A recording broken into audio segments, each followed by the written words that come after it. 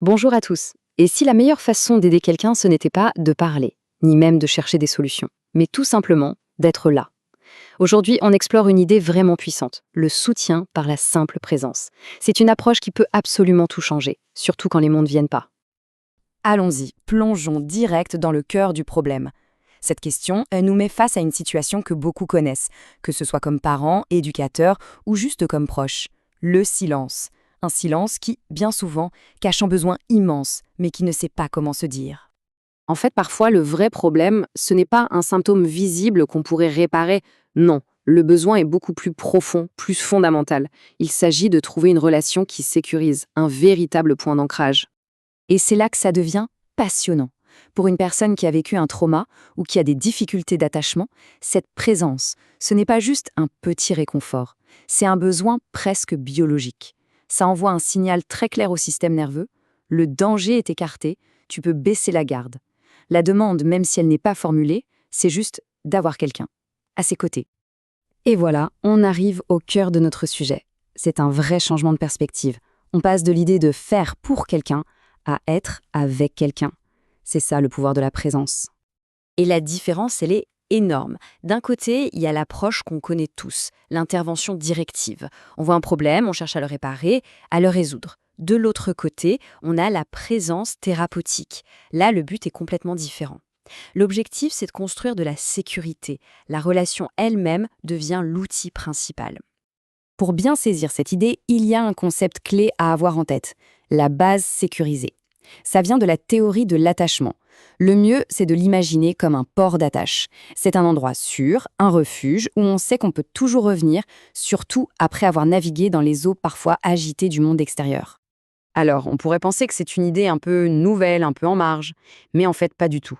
Elle est au cœur de nombreuses approches thérapeutiques très reconnues. Faisons un petit tour rapide. Ce qui est fascinant, c'est de voir comment cette même idée centrale réapparaît dans des théories très différentes. Que ce soit le regard positif inconditionnel de Carl Rogers, le holding presque physique de Winnicott ou la corrégulation au niveau neurologique de Porges, tous convergent vers la même conclusion. La sécurité relationnelle, c'est le socle de tout. La relation n'est pas juste un outil parmi d'autres, c'est l'outil. Tous ces termes, holding, containment, corrégulation, ils forment en quelque sorte le vocabulaire de cette approche. Ils décrivent différentes facettes de cette même idée. La présence de l'adulte est déjà en soi une intervention. Elle contient les angoisses, elle aide à réguler les émotions et elle offre cette sécurité qui est juste indispensable. Bon, tout ça c'est bien beau en théorie, mais concrètement, dans la vie de tous les jours, ça donne quoi? Prenons un exemple très parlant, l'école. Et c'est la question qu'on se pose, non? Est-ce que ce pouvoir de la présence, c'est un truc réservé aux psys, dans le secret de leur cabinet? Heureusement, la réponse est non. Et justement, il existe une application très concrète, la présence éducative sécurisante. C'est un dispositif qui a été pensé pour les écoles, il s'inspire de tous ces grands principes, mais sans jamais transformer l'enseignant en thérapeute. Alors regardons d'un peu plus près comment ça fonctionne. Le but, il faut être clair, n'est pas de soigner, mais de créer les conditions idéales pour que l'apprentissage puisse de nouveau avoir lieu. Le processus est très structuré. Étape 1, on aide l'élève à reconnaître lui-même son besoin de calme. Ensuite, étape 2, on lui propose un espace pour ça, pour s'autoréguler. Étape 3, et c'est le cœur du réacteur, l'adulte reste là, présent, mais sans rien demander, sans aucune exigence. Enfin, les étapes 4 et 5 visent à accompagner le retour en classe pour renforcer l'idée que l'école est un endroit sûr. Concrètement, imaginez des petites pauses de 5 à 15 minutes. L'élève peut dessiner, écouter de la musique, manipuler un objet. L'adulte est juste là, disponible, calme. Sa présence est le principal outil.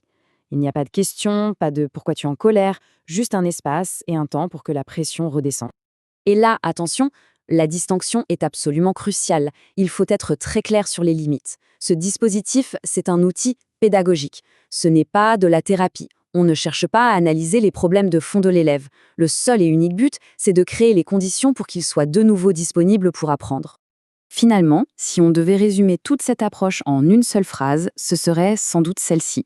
Avant même de chercher des stratégies, des solutions, des techniques, il y a la base de tout, la connexion humaine. Ce sentiment d'être simplement en sécurité avec quelqu'un. Et ça nous amène à une question beaucoup plus large. Au-delà de la thérapie, au-delà de l'école, dans nos familles, nos lieux de travail, nos communautés, où est-ce qu'une simple présence, calme et fiable, pourrait tout changer? C'est une réflexion qui ouvre d'immenses perspectives. Merci d'avoir suivi cette analyse.